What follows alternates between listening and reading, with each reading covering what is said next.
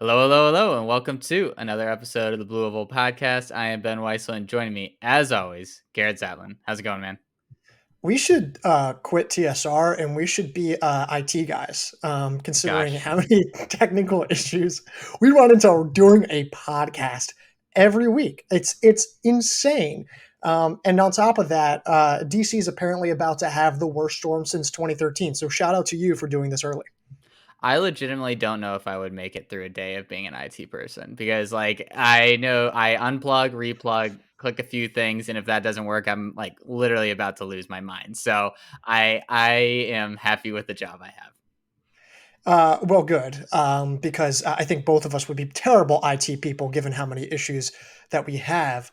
Speaking of issues that we have, no ratings and reviews on Apple, Spotify. Did you like that transition I just Yeah, did? that was nice. And we would really appreciate it. So please leave a 5-star rating and review, a comment on Apple Podcasts, all that jazz. Even go to YouTube and subscribe there. And go check out thestrideport.com, by the way. Go get yourself a subscription, 14-day free trials to every first-time user who signs up for a plan. So go check that out.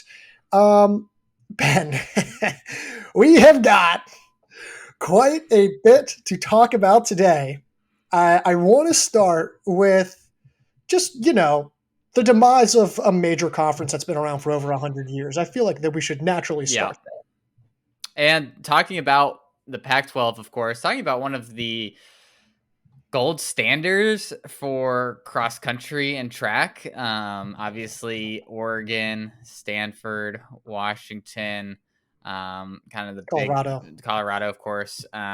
Just a fantastic conference that is disappeared before our eyes. We talked about it last week about the possibility. I think you were seeing that the situation was a little more urgent than I thought originally. I thought it would play out a little for a little bit longer, but every day that went by, it seems like there was more and more pressure for something to happen. And Oregon and Washington accepting the invitation to come to the Big Ten was kind of the last domino. You could already see Arizona was already kind of preparing itself for that eventuality with the work that they were doing with the Big 12. And then you saw, what was it, Utah and Arizona State. Arizona Yep. State followed shortly after, which made a lot of sense. So big winners out of this. Obviously, the Big Ten. I don't know if they're big winners, but I think the biggest winner is the Big 12. They suddenly go from they were where the Pac-12 was. It looks like last year with Texas and Oklahoma leaving. Now all of a sudden they look strong. 16 teams. They don't have, at least in the football, basketball, or on the football side, basketball side, they're amazing. Football side, they don't have anybody crazy. But you look at the rest of their sports, they're in good shape. And then when we talk about cross country, wow, that is going to be quite the conference. And the Big Ten obviously got stronger as well. But those two in particular, I think, stand out as the biggest winners. I think when people listen to this, they're going to be like, well, wait, can we just get to can we figure out first, why is the Pac-12 crumbling? So I do want to just give a little bit of like a Pac-12 crumble 101. Basically, what happened is that the Pac-12 has been trying to negotiate a media rights deal. They sort of have one, basically. Maybe they do have one that's set to expire at the end of the 2024 academic calendar year. It's not a very good one, from my understanding. And they need to lock down a long-term contract. All of the other major conferences have TV deals set for the future. The Pac-12 does not. Last Friday, so we're recording this August 7th, so a couple days ago, on Friday, the Pac-12 presidents all got together expecting to hear a proposal from Apple TV that would be competitive with at least what the Big 12 is offering per school, which I believe is roughly over $30 million. Yep. Instead, the offer was around the ballpark of $20 to $23 million per school and had some subscription-based incentives and things of that nature. A deal that was expected to be signed and effectively save the Pac-12 quickly crumbled. Within that same day, Oregon and Washington said, we don't want to be part of something where we aren't sure about what our future holds. We're going to move to the Big Ten. And with them moving, and Colorado moving, and USC and UCLA moving, you began to see the demise. The contracts for the media rights deals began to get far less valuable. And now you have Arizona State, and Utah now venturing to the Big 12. Ben, we now have 4 teams remaining in the Pac-12. It is the for starting in 2024. That is the academic year Yep. 2024-2025. Those 4 teams are Oregon State, Washington State, Cal, and Stanford. What are the next steps here for the Pac-12?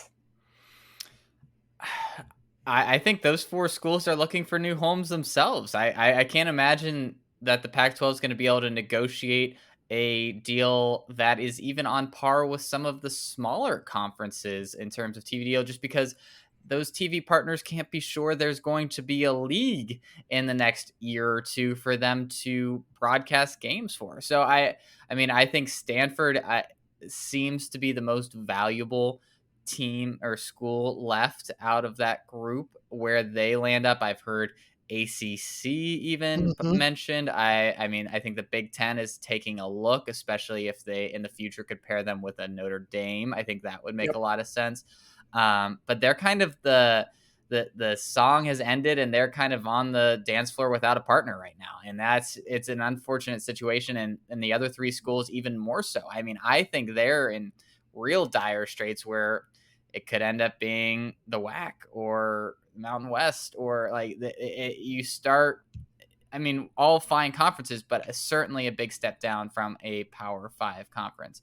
And yeah, so you did a great job of running through the why. And one other point I would like to make with all of that, the Big 12 was facing it, like I said, facing a similar situation. Their media deal was set to expire at the same time as the Pac-12.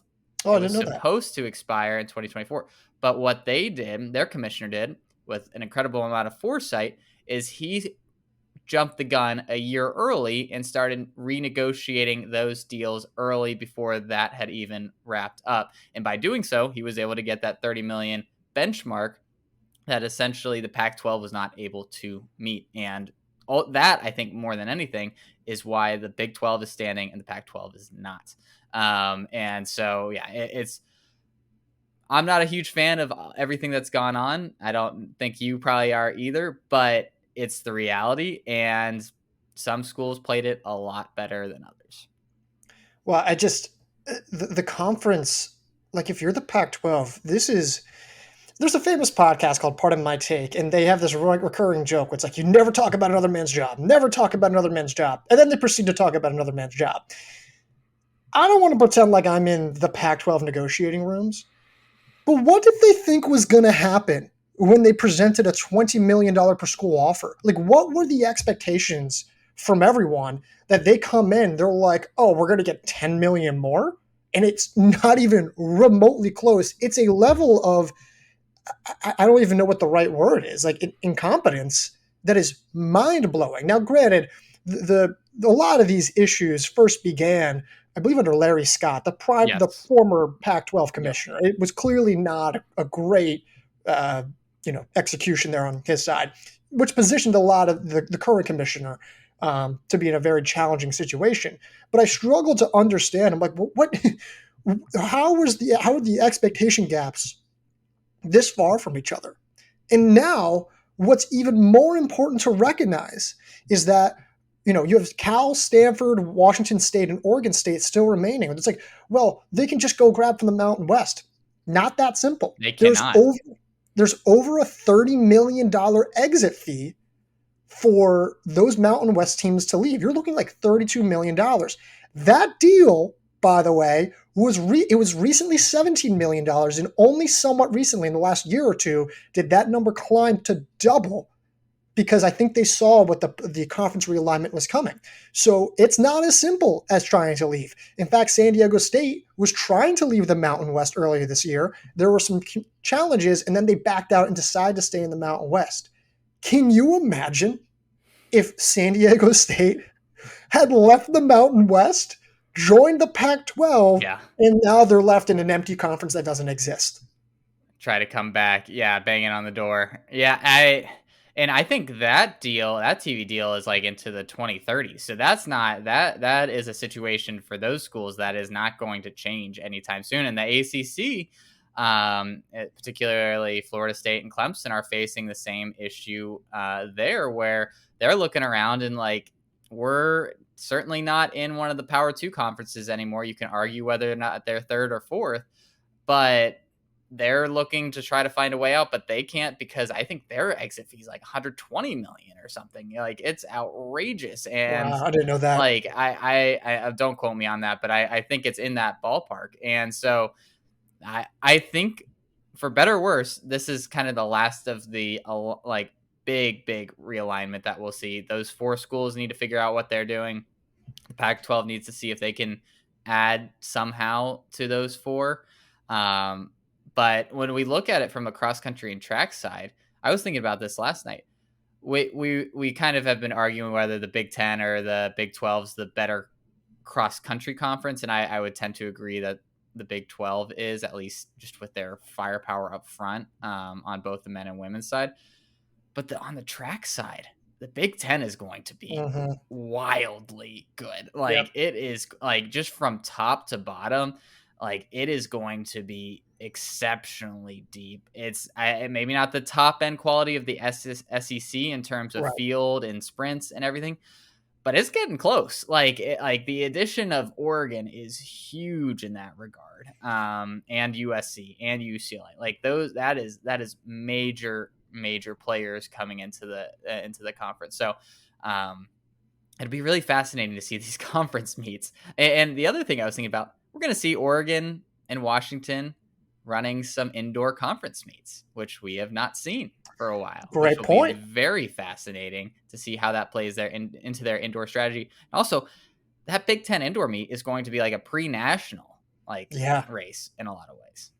Well, I mean, even you kind of consider just the conference meets now on the cross country side, like the Colas implications now are Yes. massive. Like, I mean, depending on how certain lineup structures look, I mean, you could have teams fall way higher than expected, or go way lower than expected, or way higher than expected. You're talking about, maybe a team gets a sudden boost in Colas points, and now you're looking at teams that maybe on certain years wouldn't have had the opportunity to earn X amount of points. And it's a big deal because it's not like all these teams are congested into the Great Lakes region, largely like they are for the Big Ten. With the Pac-12, Oregon's and Washington's and UCLA's, and USC is not really a cross-country school, but coming over to the Big Ten, those other three schools are from the West region, and therefore you get more Colas point scoring diversity and at least opportunities there. So it's really like a significant alteration from that perspective if just a couple things go weird in the team standings at the conference meet. Before we close out this discussion, Cal, Oregon State, Washington State, and Stanford, where are they, if anywhere, by the 2024-2025 academic year? I've been thinking about this a lot. I honestly have no idea. Because the Big 12 starting is at kind of capacity with 16. Right. Maybe they try to get to 18 like the Big 10. I don't. And it's so funny. I was explaining the situation to my wife and being like, yeah, they're called the Big 10 and they have 18 schools, and the Big 12 and they like, it's like just like these very funny names at this point. But I mean, I still see the Big Ten as the most likely landing spot for Stanford. Do I think that means they have a greater than 50% chance of landing there? No, it's just the best option out of a lot of different things that could happen. And then for the rest of those schools, I truly don't know. I think the Big 12's in play. I think the Mountain West, I don't know anything. I think ACC is in play for Cal and Stanford based on recent reports. But I agree with you. Like, I'm really not sure. Like, I think I've heard Stanford go, like, could they go independent? Are they going to be, looking at the Mountain West? I feel like that's probably like the easy answer if they move there. But like, is the Mountain West going to really want to add those teams that, truthfully, in comparison to the other schools, they're not that big of markets. Like, they just really aren't. Also, side note, someone made a PAC-4.com, a PAC-4.com. It is really funny. They have a support us on Patreon Oh, portion. okay. And do you have a TV network, TV station, streaming service, YouTube channel, Twitch channel, or maybe an Instagram account with, say, 5,000 followers or more? And do you want to broadcast an NCAA conference on your channel? My name is George Klavikov, and I'd love to chat. That's so funny. Well done. So yeah, I just thought that was important to add.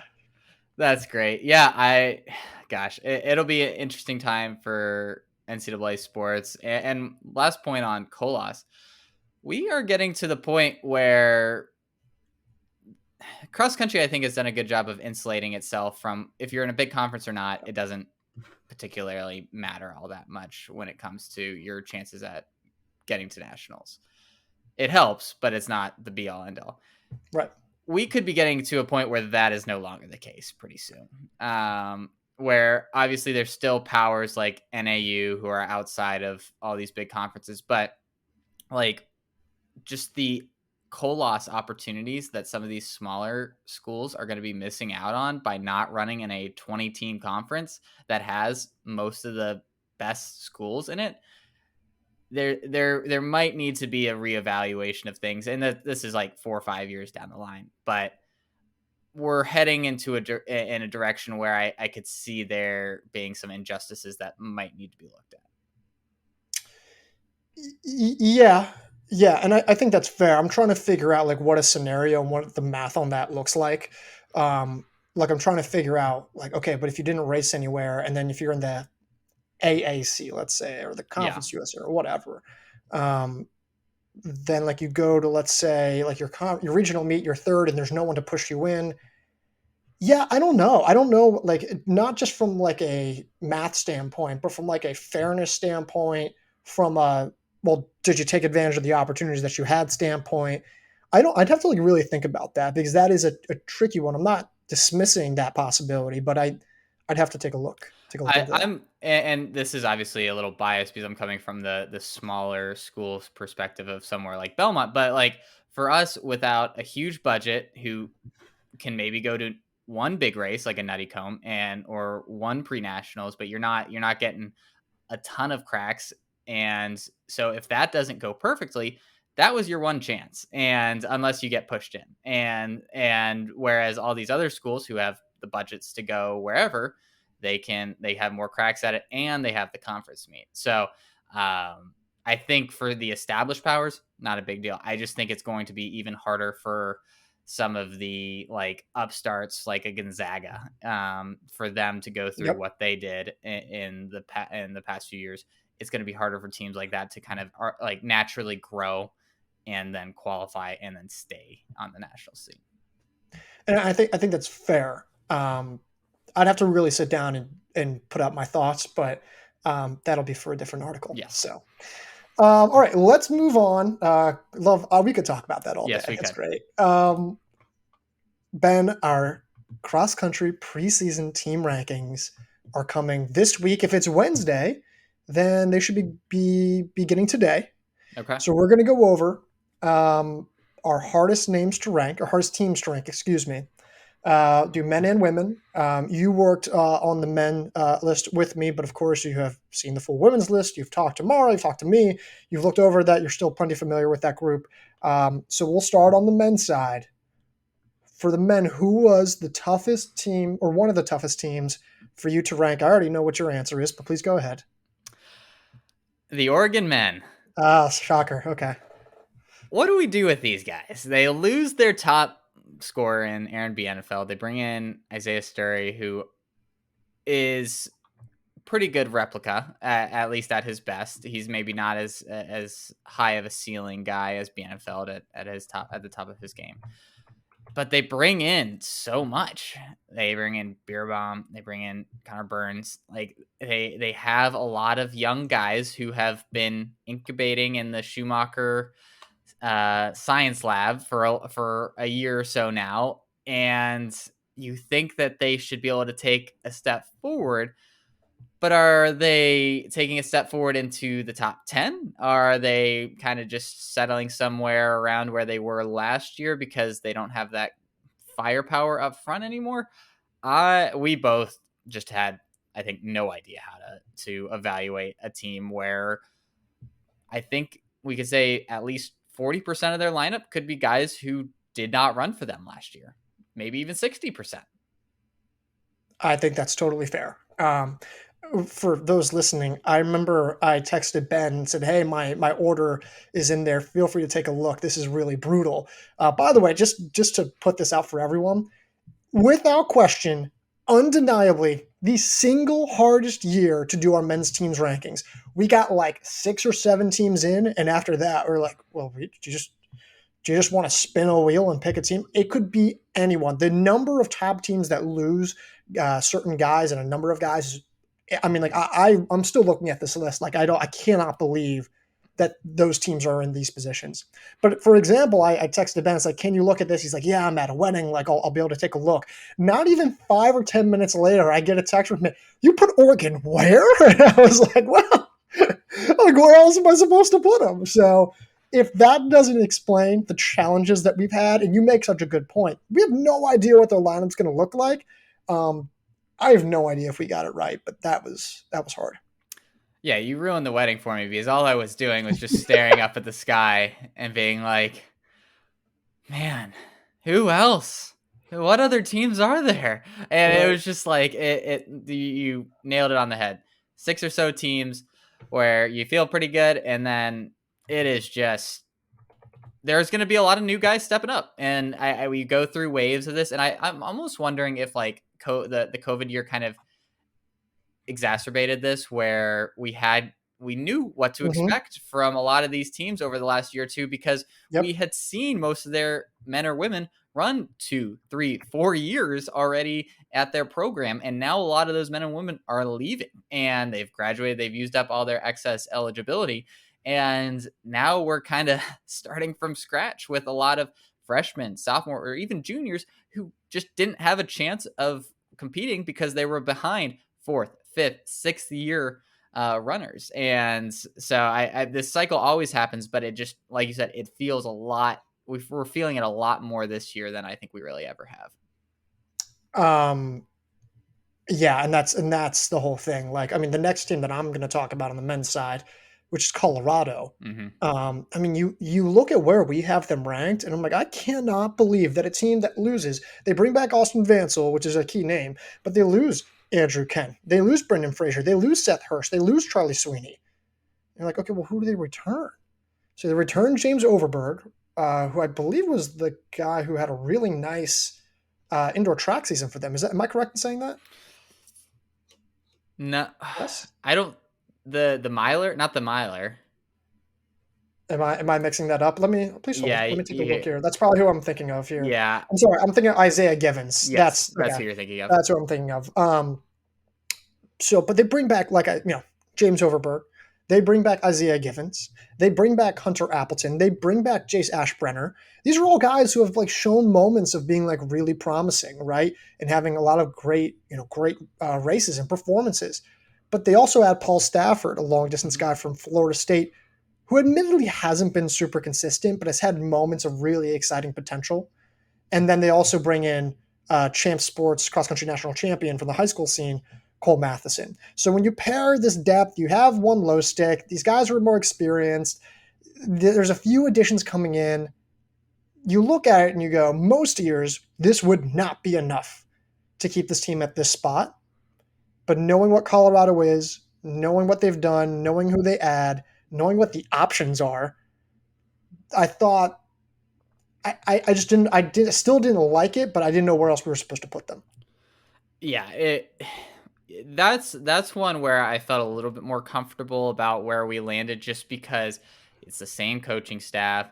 They've been there for a while. I trust that they've shown the ability to turn over a roster and still be extraordinarily competitive year over year. And they have enough guys where there's some solidity, there's some firepower, and you can trust enough of them where all those question marks you can kind of soften by saying, "Oh, well, Coach Wetmore will get them there when they need to." And maybe that's a false like reliance. Like maybe we shouldn't be relying on the program that much, but that felt better than maybe justifying some other people at that spot. And that's fair. But Colorado has rarely ever led us awry, and Yes. I think it's just at this point when you don't have any certainty, like that's the issue. It's like, well, we don't really have anything else to work with, and I do like their roster. Like I think they've got a really nice roster and nice pieces. Some of it though is going to be largely speculative and trajectory Oh, and those 100%. those kind of aspects, and that's where I'm like, man, like just is this really where we're at? Like I'm looking at them, I was like, I could see this team being better, and this team, and this team, and this team, and this team. But you could, I mean, like I said, we could go from spots 7 or 8 to what do you want to say, like 20? Yeah. Yeah, because I think after that, then there was like 10 or 12 teams that we struggled with for Yeah. the last 5 spots. So, yeah, I mean, it was brutal on the men's side. So, we really could have put together quite a long list for hardest men's teams to rank. Who on the women's side for you guys? I have some thoughts, but I'm curious from your perspective as someone who was putting it together. Who were the hardest names for or teams for you to rank? Mara and I had initially had some disagreements, but as the persuasive human being I am, I like to think I won a lot of those agreements. But one of them that I still don't feel super confident about is Stanford. Yep. And young team last year, pretty decent. They weren't amazing.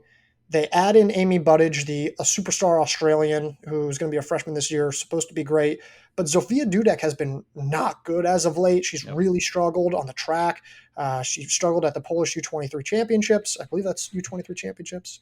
And she's like such a reliable star. And you're like, she has to be up there and she has to be great. I don't always know what I'm getting from Lucy Jenks. At her best, she's incredible, but some races for hers are better than others. I think natural progression would say that this team deserves to be higher, but when your top low stick has had some consistency challenges in Zofia Dudek, and you still don't really know what you're getting from a lot of these women, Irene Riggs, we don't really know how good she's going to be yet. I'm maybe talking myself into them being a little bit higher, but I don't know how much higher I'd go than this. They were on my list as well. Just Okay. the youth on paper and based off of potential, I think it's really easy to get over your skis with this team of being like, man, if they just take a step forward, they have the high school pedigree. So many of these women, some of them, like Sophia Dudek, have proven that they have the ability of being a legit front runner or All American candidate for Stanford. But like you said, there's a lot of inconsistency. You don't know what you're going to get. And that's natural from a young team. And you're also banking on some women who maybe didn't contribute at all last year to come in and be pretty big contributors. So yeah, I agree. Stanford, I think you guys landed in a solid spot with them, but I think you could have argued a few spots higher, a few spots lower, and I don't think that would have been an unreasonable argument. Yeah, and we might even still bump them. Like I might leave this podcast and text Mara and be like, "Hey, do you want to bump them 1 or 2 spots?" So we'll see. We'll see what happens. But tell me your team. Who's your women's team? My number one, and I think I could make this case for the teams I already from know who this is going to be. 2 to 6 within our rankings.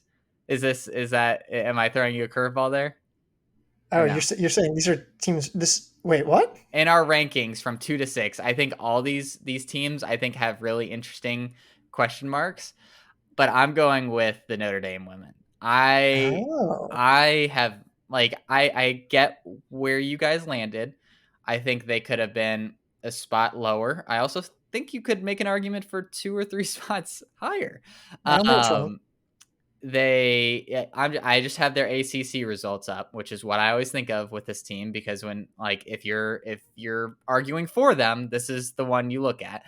Markozich, Thronson's gone, but they replace her with Erica Vanderland. They bring in Olivia's sister Andrea to the team as well. They bring back Siona Chisholm. Maddie Denner's still there. This is just a very good team that, when is hitting on all cylinders, has the potential for multiple All Americans. And with Markozich, you have someone that could very well be a top 3, 4 runner at NCAA's this year. A true low stick. Olivia Markozich. Or Olivia Markozich, yeah. Right.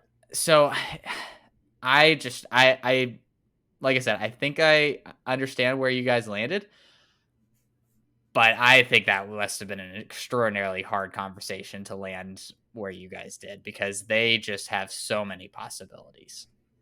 They were slightly higher at one point. Um, it's just really hard because you're talking about what you know you have versus what you think you have. Yep. I think Notre Dame has a couple of instances where like we think we have this, but we don't really know Right. for sure. And I think that's largely the issue. Now, granted, you could say that about team number three, but it's just one of those things. I think people are smart enough to put that together, but I won't So give any more hints. 2 through 6 though is just I mean, you could brutal. order 2 through 6 in a That lot of different is, ways. and like I know it sounds like I'm picking at nits and being like this is the hardest one to put. You could even say 2 through 7. Yeah, it's really, yeah, 2 through 7, where it's like we're talking about maybe 2 or 3 spots that Notre Dame could have been in, but it is just I don't know how you guys did it. Like that 2 through 7 is just brutal. There's so many, like NC State bringing back Tui like is huge for them, but like there's so many other teams that loaded up, and like on a normal year you feel pretty good about putting them number one. It's just a really hard group to rank. All right, next time, don't give them the range. We don't want to tell them, Ben. They can't know. It's okay. Hey, little teaser. Just sign up so you get the rest of it, right? Yeah, you're giving them like the appetizer. I'm just trying to give them hors d'oeuvres. Okay, like all right, with your men's team, your Men's next men's team. team, um, little different than what we talked about in terms of high potential. And we talked about this team several times in several different places. The Ole Miss Men Mm, brought in a lot of good names, but we don't know exactly what they're gonna do in the cross country season. right. We like Toby Gillen had a great season on the track. We don't know what that's going to look like on the grass.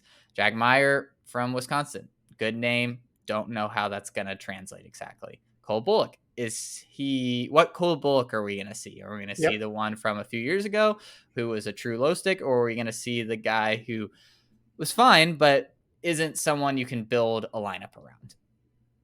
And then the depth. Who like when we were sitting down, we're like, who is their fifth, like fourth and fifth guys? And like, We think it's Cruz Gomez and Aiden Britt. but we don't know. Like in Well, we those, don't that know. that Yeah. doesn't inspire a ton of confidence. Like we both know who those guys are, but like there's a lot of people that probably don't. And it's just so hard to peg where this team could land because best case scenario, they have a pretty good top three that puts them in contention at a lot of different meets, and their fourth and fifth is good enough. They have enough names that they could probably cobble something together. Worst case scenario, their top three isn't that good of a top three. It ends up being fine, and their back end is bad, and they are nowhere near the top of these races. I think they have as big of a range as a lot of these teams that we talked about during our ranking process. I think you put that beautifully. I think that's exactly right. Like we don't know anything about this team. They have zero margin for error, but if certain things click, I mean, this could be a really exciting team. I think we would be not as I think we wouldn't be as optimistic, or how do I put this? I think we wouldn't open the door for as much optimism as we would have this year if Ole Miss didn't rally in the postseason like they Right. did last year. Um, Seeing what Adam Smith has done with this team in his just first year, really working with not a lot. And this is the ultimate test, though, of working with not a lot. And if he was able to make it work last year, awesome. But this is a challenging group to gauge. I don't know if they're completely done yet. Who are the young guys that are going to evolve? Um, I don't really know. Like I think it's going to be a mix of like some guys deliver, some guys don't, and you just don't know. So I don't blame you there. I think we still got it right. I don't know if for me like you know if they would be a spot or two higher. Maybe they would, but if they would be, then maybe I don't know. I don't know what to think about them. I'm very curious to see them race the first few times just to see like how what we can expect from that top group, and then also who ends up being in that fourth and fifth slot. Like as you said last year, we didn't learn a whole lot about them until the final parts of the year. So maybe we'll have to wait again, and they'll peak at the right time. But yeah, they're certainly one of the more fascinating teams for me. How about you? Next team. Washington. Mm, Washington, brutal team. So they lose Brian Fay. They lose Isaac Green. These are guys that were, Fay was an All American, a top All American. yep. Isaac Green was 104th at Nationals, I want to say. There was someone else who I'm missing. Is Ed Tripos as well, who's gone. And like they bring back Leo Dashbach, and they bring back Luke Hauser and Joe Wascom and Sam Affolter. This is assuming Joe Wascom doesn't suddenly go pro all of a sudden out of Yeah. nowhere. And they bring in Tyrone Gorish, the long distance specialist out of the high school ranks. They've had a couple of really good overseas guys, but they're all still really young. Yep. And I'm like, well, where's the firepower on this team? You're much higher on Luke Hauser than I am. And yet, when I look at like who we're supposed to put in front of them, I was like, well, there's not that many more teams I would. I'm like, I don't know who else. And that's what makes them so difficult. It's like their lineup is really going to be hurt a good bit, but so is everyone else's. You lose like a low stick like that, it's going to be brutal. So I don't know. I don't know what the young guys are going to do. I don't know if there's been any developmental names I'm missing. What can we see out of Dashbach, who's been Yep. having some injury challenges as of late? I have no idea what to think about this team. They were not great at the beginning of last season. Slowly rallied a little bit in the postseason, but they still never got to the full potential that I think we had hoped for them. So I just don't know. And that's definitely one of my teams. Yeah, I think they have as big of a range as anybody. Like you could see that, maybe not as big of a range in terms of ceiling, but they could fall back to earth pretty hard this year. Mm-hmm. Because like you said, they're relying on a lot of young talent, and they're relying on a lot of middle distance talent too. Yep. Which I think Hauser showed you can be productive that way, but I also think he also shows that you're not going to get the predictability consistency that you might get from a more true 5K 10K guy. And I think we've seen that in years past with other middle distance runners where they can put together a good race, just maybe don't expect that every single time they touch the grass. So yeah, they have a lot of question marks. I like the pieces they bring in. Dashbach, I think, is the wild card, where he showed by the end of his time in high school that he was a true monster on the grass, Mm-hmm. and I think we were really high on him coming in as a freshman, as someone who could be a game changer, and that talent's still there. It's just, is the health there as well? And if it is, I think I feel a lot more comfortable, and this is a team that I think will exceed their ranking. But right now, I feel like they could be a little high. They could be. I don't know. It was a very challenging team. Those former Pac-12, now Big Ten teams, tough to figure out. You got to be careful what you say here, because then I'll take this back to the back to the conversation offline. I'd be like, "So do you want to move him?" Like, So I don't know. Washington must think that I hate him. I don't hate him. You just really, I look like a villain when you're such a big fan. So I am a fan, it's all but I relative. understand that they have the. I think they'll exceed our ranking, but there's a very realistic world where they fall back a lot further. Yeah, I still don't love that ranking. I don't really love it for anyone, but No, nonetheless. All right, what was the women's team that was next on your list? I was having a hard time with this one. I mean, is UCLA a cop out because we just don't know what team they're gonna have on? Uh, I mean, I can tell you this. I mean, Mia Barnett's in the portal. Sam McDonald's in the portal. This is all stuff that we've reported. Right. So, I mean, I would make it a safe assumption that they are not going to be even listed where they're at now. All Which, right. Well, yeah, let me pull up this other team that I'm thinking about. and for the record, Yeah. just so everyone knows, we are referencing not just teams in our top 25, but we could also be talking about teams in our just missed section, Yeah. teams in our honorable mention section. So just want to throw that out there. Yes. And those teams, like the ones that just were in the rankings or just outside, I feel like those were some of the harder Oh conversations. yeah, you were. Let's go with the Georgetown women. Mm. Really took a nice step forward last year, losing Grace Jensen, who was very, very impressive for them, losing Corman as well. But bring back a solid team. I think they maybe did they lose one or two other? Did they lose a transfer or something recently? Um, I don't know off the top of my head. But again, bring back very good team. You got Scrimgeour, who I think we're both very high on. Maggie Donahue. It's still a good team. They still got solid depth. I just am curious to know what their top end potential is now. The women's side I feel like is much stronger, at least through like 10 or 15 than the men's. So I don't know what Georgetown's ceiling could be. I think they certainly where we have them, I feel comfortable at, but I just they leave me feeling cold in either direction. Like I just feel they're just like a little blah now, like with these losses. I don't know. And maybe that's mean, but I just don't have a strong feeling about them one way or the other, which leads me to believe I don't know where I would have put them in my own rankings. I think they're not going to be as exciting as last year, No. but I think they're going to be a fine team. I think they're going to be a good team, and I don't know if we really struggle with them as much. I think actually that was the one that Mara and I were pretty close to Oh, agreeing on interesting. pretty easily. I don't know. I kind of look at them and shrug my shoulders. Like they're fine. And I don't know what fine really will get you this year. Like Well, are they fine? Because I think it's important not to confuse fine with boring. Like, no, and to be very clear, this is not. I'm not saying that the runners or coaches or blah blah blah are no, boring. no, no.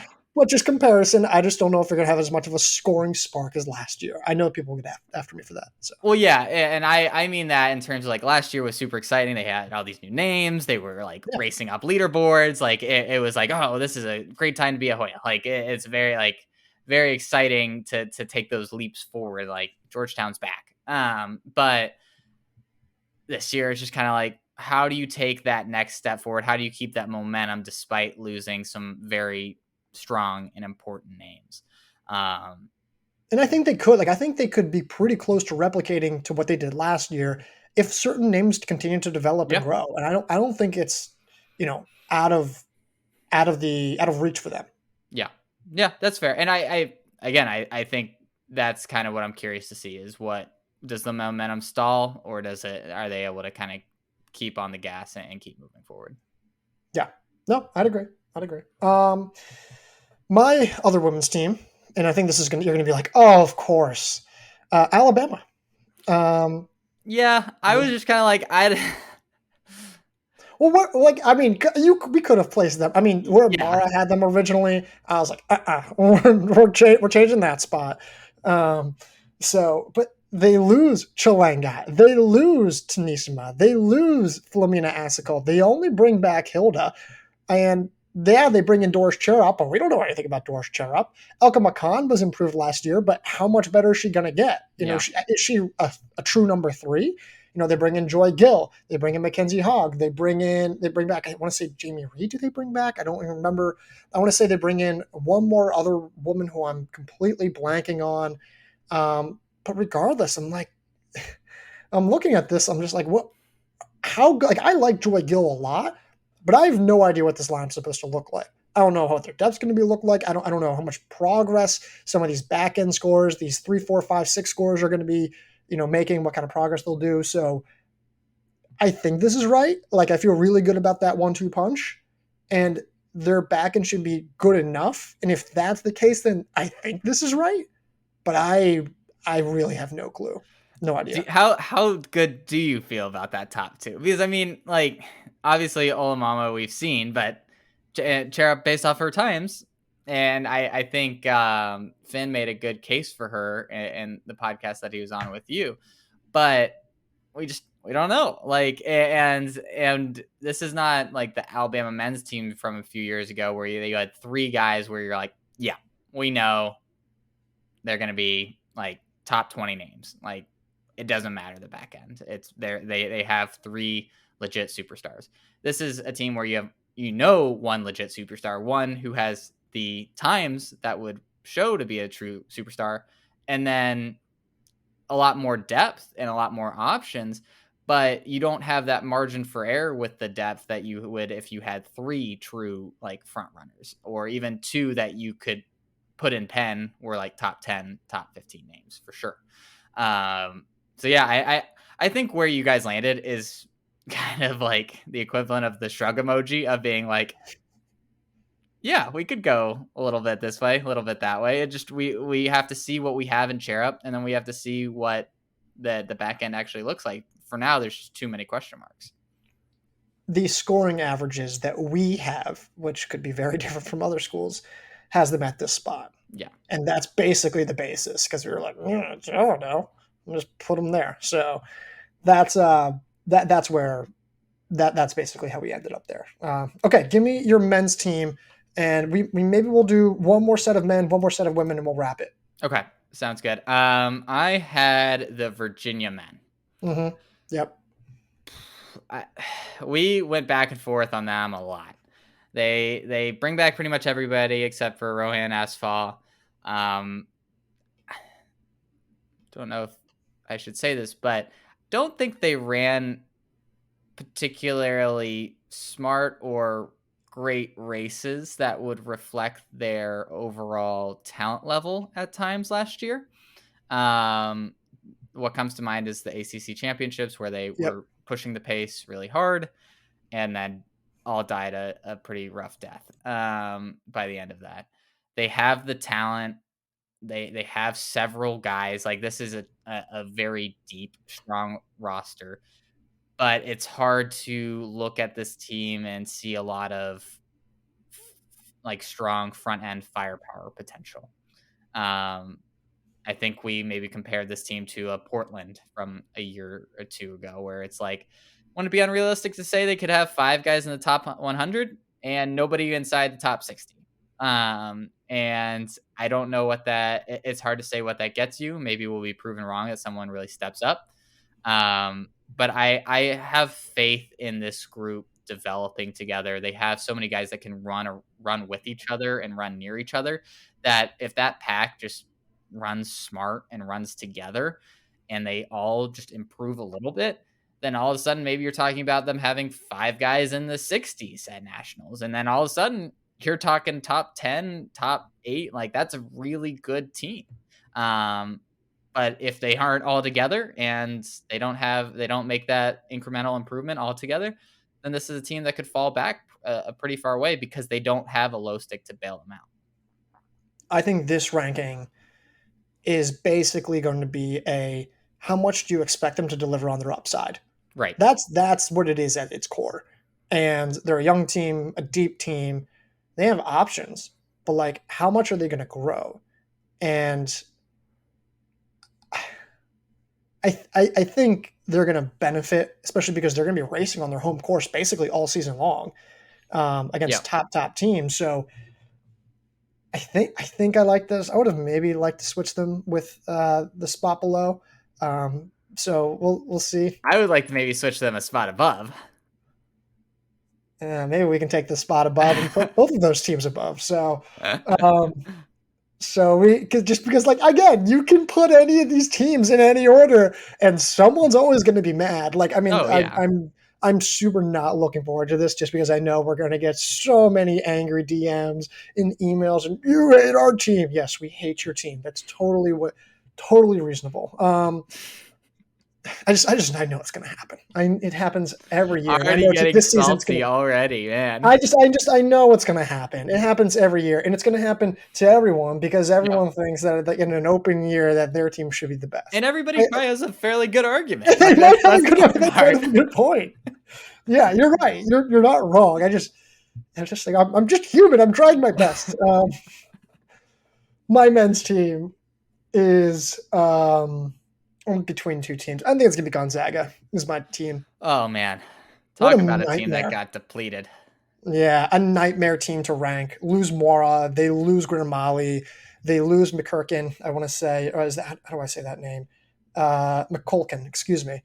But they add Will Smith, and they bring back a few other guys, and they had some decent success. And I think it's Michael Moriano, who I want to say was redshirted last year. He was a great West Coast high school runner. I'm like, is this the right spot? Like, should they have been here? Should they have been there?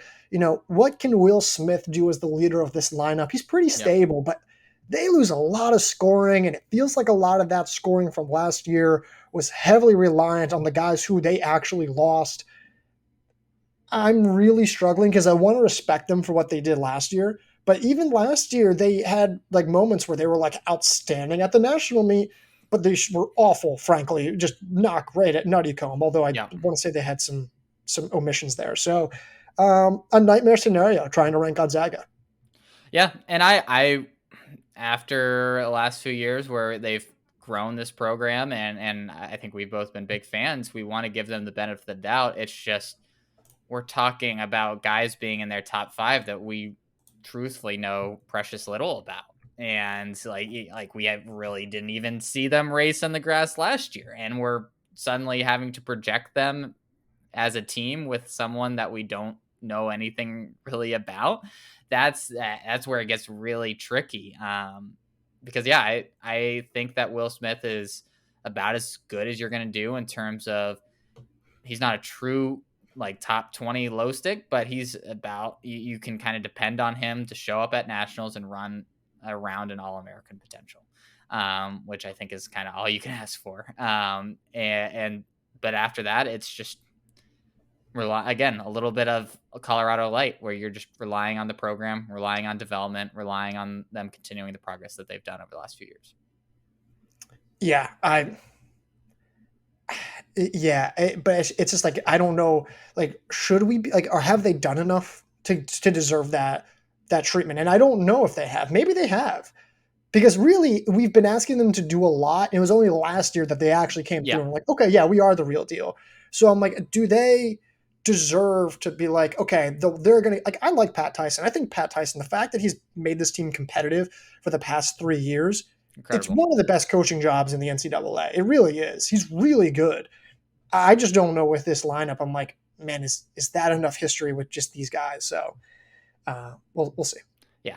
Does he have enough clay to work with essentially to True. mold another national contender? Yep. On the women's side for me, I'm going with Michigan State, Oh, Big Ten champions from last year. I think we're fourth at the Great Lakes. Bring back a lot of good names. Trying to see who did they lose here. I don't think they lose I many, don't if even. Yeah, I any. don't really think they. Yeah, I think you're right. Bring back Katie Osika. Great year last year. Hmm. They bring back some other solid names: Caitlin Hines, McKenna Veen, Laura Freeland, and then they bring in Taylor Ewart. Which, man, that such a tantalizing talent. If she can put it together, she puts them over the edge in terms of where they can go from good to great. I just don't know what to expect from her at this point. I mean, she showed flashes at Arkansas, but wasn't able to get back to those heights that she showed. I think her was freshman year, Hmm. Yep. and I feel uncomfortable ranking a team with ranking a team higher because of her at this point in her career. But they have a very solid lineup that I think doesn't necessarily need her to be in the national meet, which I think is a great place to be in a perfect place for her to land where she doesn't necessarily have to contend for a top 5 spot early. She can wait, be patient.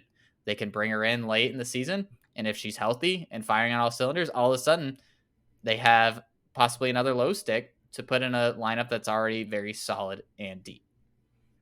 See, my thing with Michigan State is that I don't I don't think for me, it's like, if she's great, awesome. If she's not, it's not hurting anything. They bring back everyone. I like Osika as a low stick. They've got pretty solid depth, or at least nice Yep. developmental depth. I like McKenna Veen a lot. I like the progress Caitlin Hines made last year. I think there's just only good out of this team now. Like, if Ewart's great, then yeah, this team's upside is awesome, but I don't see much downside with them. I just think they're a really good, safe team. I am thrilled about where we put them. I think this is the perfect spot for them. But it's just a little tricky from that perspective. So yeah, I like them. I think they're exactly where I want them to be. I think they're a little high if you're not banking on anything from Ewer. I think I because it's a good team. I don't want to say that they're not. I don't know. I worry a little bit about firepower besides Osika. Like I think this is like a team where you could see a lot of women from 90 to 120, and that's fine. But I don't that doesn't give you a whole lot of potential for being very high at Okay, well nationals. then tell me how many spots down No, and of the teams that you like. Like which of these I teams would do you say like more? maybe two or three would be my like down. But again, I think I'm ultimately fine where you put them because they have the Ewart lottery ticket of being like. I think that you can be like, hey, if she comes in, maybe a little bit more firepower, like they'll exceed this ranking. So I think it's kind of a nice middle ground. But I think there's a lot of movement that we could see this ranking for Michigan State over the course of the year. I strongly disagree. I think they're a very safe team. I think this is like a perfect spot for them, and I don't think Fair we're going enough. to see a lot of movement. I think their depth and stability and yada yada yada. So yeah, I'm kind of I know I just that's where I am. My other team, New Mexico. Um, I think the UCLA category they fit into that in a lot of ways. yeah, I mean, like, well, here's the thing: they They lose already all these lost women, everybody though. right? And Emma Heckel is in the transfer portal, right? But she's not even sure if she's going to leave. Yeah. So they brought in all these Bradley women, who actually many of which on the right day are actually pretty good. Are they top 25 good? I don't know. Maybe. With Heckel, I think you can maybe make an argument, but without her, I don't know if you can. And if so, then how high in the top 25 are we going? So I don't know. Like again, like you see what we have next to them. It's pending. That's the ranking that we have for them. So I don't. I think we're like waiting to feel it out, and like we probably have to make a decision sooner rather than later because well, it's when this is released on a You Wednesday, have recording this to. Monday. Um, I think I know what we're gonna do, but I don't feel confident about it. Um, and it's just a really tough thing because we just have no idea. Yeah. I don't I No I don't comment. think there's a right answer there. Like I wish I could give you better analysis, but it really yeah, like you said, it depends on Hegel, and it also I mean I know a lot of these Bradley women are coming in and they're going to be under the same kind of program and like under the same coach, but it's a different like they're at altitude, they're going to be training in a different like place, they're going to school in a completely different place than Peoria, Illinois. Like it is I that translating quickly, I'm maybe a little more skeptical about, but yeah, I mean, they have the foundation of a team that could be a top 25 team when it's all said and done. Could. Could, but Could. that's about as far as I'll go. All right, so that storm I talked to you about, it looks like it's coming. I'm getting 1,000 different alerts and emails on my Perfect. laptop here. So this will be a good time to wrap up. Everyone, thank you for listening. Go to the Stroud Report. Go get a subscription there. 14-day free trial for all first-time subscribers. YouTube, Spotify, Apple, rate, review. Please, please, please, please, please. Ben, do you have anything further? That's it. Until next week, Garrett. I'll talk to you. I'll talk to you.